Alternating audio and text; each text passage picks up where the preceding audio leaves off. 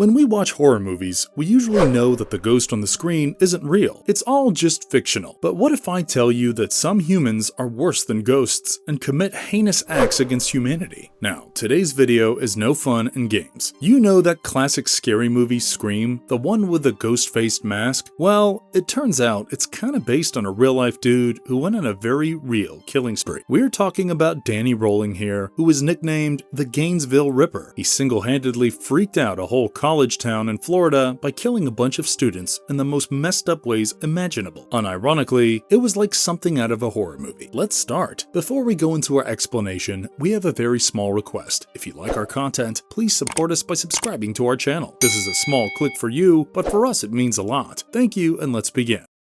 Scream, 1996. I remember watching this movie as a kid, and I loved it. Scream is about a high school student, Sidney Prescott, who becomes the target of a killer known as Ghostface. For the opening, we have a very famous scene with Drew Barrymore being terrorized and ultimately murdered by Ghostface after a tense phone conversation. Don't get me wrong, but it was kind of funny too. With time, Sidney and her friends find themselves caught in a deadly game of cat and mouse. The killer's modus operandi involves taunting his victims with horror movie trivia before attacking them.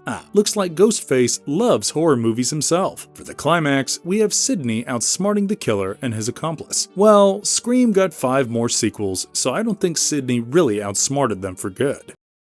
The Reign of Terror. Let me tell you a story, and this story involves the first 2 victims of Danny Rolling. In Gainesville, Florida, on Sunday, August 26, 1990, Patricia Powell and her husband Frank pulled into a parking lot directly in front of a stunning 3-story apartment building. The University of Florida is located in the stunning small town of Gainesville in northern Florida. The university is well known for both its raucous college party scene and its elite football team. Christine, the 17-year-old daughter of Patricia and Frank, was scheduled to enroll at the University of Florida that year. Sonia Larson, 18, Christine's new roommate, had been introduced to her during their summer classes 2 days prior. Patricia and Frank were now parked outside the white apartment complex where they had already moved to when they arrived in Gainesville. Christine and Sonia had gone out to get something to eat at a nearby restaurant after sorting through some of their belongings in their apartment. She promised her parents that she would give them a call the next day, but that day passed and their daughter remained silent. She hadn't set up her landline in her apartment, so there was no way for them to call her. For our young viewers, yes, at that time, there were no cell phones to just text your parents. Anyway, Frank and Patricia assured each other that everything was alright. Their daughter had just started college, and for any freshman, it was okay to go off the rails. Now comes the terrible part of this story, and for that, we will go back to a particular Sunday when Christine's parents finally decided to visit her since she did not answer them. Like any other parents, Frank and Patricia decided to give their daughter a visit. They were telling themselves everything was okay, even though they hadn't heard back from her. They went to their daughter's door and saw handwritten notes taped all over it before they even knocked. After reading a few of them, they learned that the messages were from some of Christine and Sonia's college friends who had seemingly attempted to visit her over the past weekend but had been unsuccessful in getting in touch with them. Given the situation, the parents were obviously extremely concerned. They had been convincing themselves that everything was alright, even though they had no idea where their daughter was. These notes now gave the impression that something was wrong.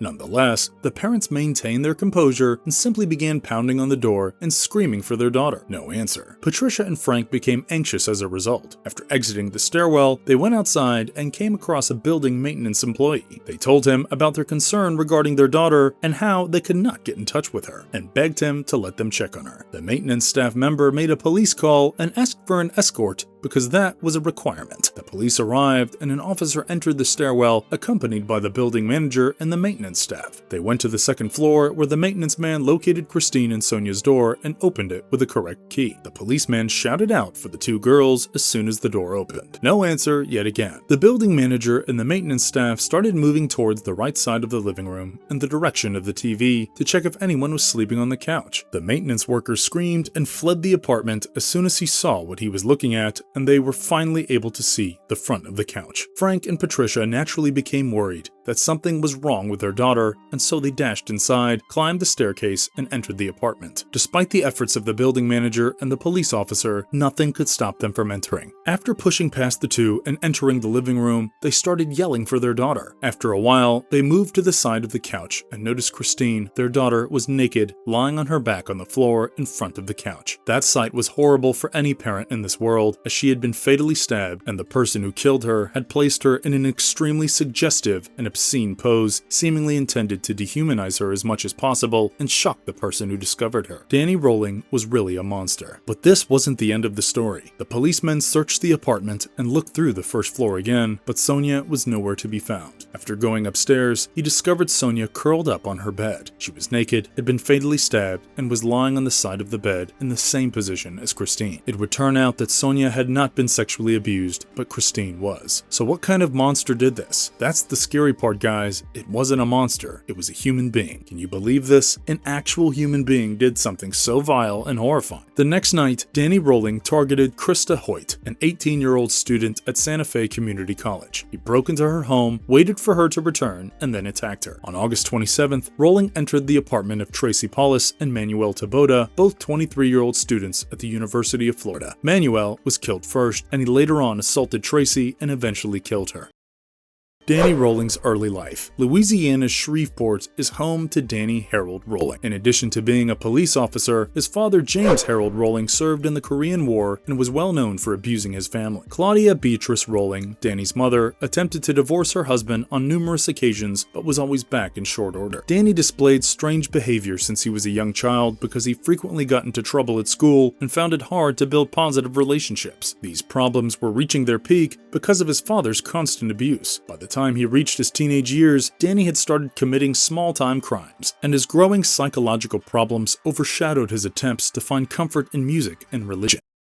Escalation to violence. Over time, Danny's illegal activities increased, and he was repeatedly arrested for robbery and other offenses. His life became even more unstable due to his inability to maintain a stable job and his growing drug and alcohol addiction. Danny shot his father in the face during a furious argument in May 1990 in an attempt to murder him. Although he lived, his father lost an ear and an eye. Upon reflection, this is where Danny could have been stopped. Nevertheless, that did not happen, and he went on to become the notorious Gainesville Ripper.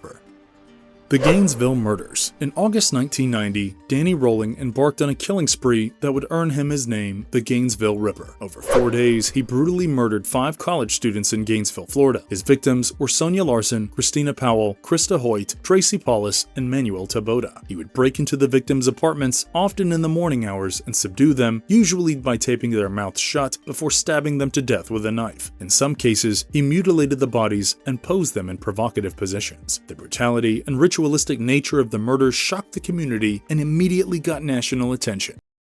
The Ripper's investigation and arrest. The investigation into the Gainesville murders was intense and involved multiple law enforcement agencies. Initially, the police had few leads. However, a break in the case came when Danny was arrested for an unrelated burglary charge. While in custody, he confessed to the murders, providing detailed accounts of his crimes. Further investigation revealed that Danny had also committed a triple homicide in his hometown of Shreveport, Louisiana, in 1989. He confessed to these murders as well, bringing his total number of victims to 8. Trial and conviction. Danny Rolling's trial was a media sensation, of course. He was charged with 5 counts of first-degree murder for the Gainesville killings. During the trial, his defense team attempted to argue that he was not guilty because of insanity, citing his abusive upbringing and mental health issues. However, the prosecution presented overwhelming evidence of his guilt, including his detailed confessions and physical evidence linking him to the crimes. In 1994, Danny Rolling was convicted of all charges and sentenced to death. He spent the next 12 years on death row, during which time he continued to appeal his conviction. However, all appeals were ultimately denied. Execution. On October 25, 2006, Danny Rolling was executed by lethal injection at Florida State Prison. His execution marked the end of a dark chapter in Gainesville's history, but the impact of his crimes continues to be felt. The Gainesville murders inspired the screenwriter Kevin Williamson to create the script for the 1996 horror film Scream. Danny Rolling's case has been studied extensively by criminologists and psychologists who have sought to understand the factors that led to his violent behavior. Marvelous verdict. So who would have thought the man behind the Ghostface mask was based on an actual psycho? Yeah, it's wild. Danny Rolling, the Gainesville Ripper, was the real deal horror story. The writer of Scream must have been like, this guy's too crazy not to use. It's wild to think that a fictional character was inspired by someone so messed up. Definitely gives you a new perspective on horror movies, right? Do you have any more such horror movies inspired by real life events or people? Tell us in the comments. And if you liked our content, don't forget to leave a like and subscribe to us if you haven't already. Have a good one and be safe. Thanks everyone.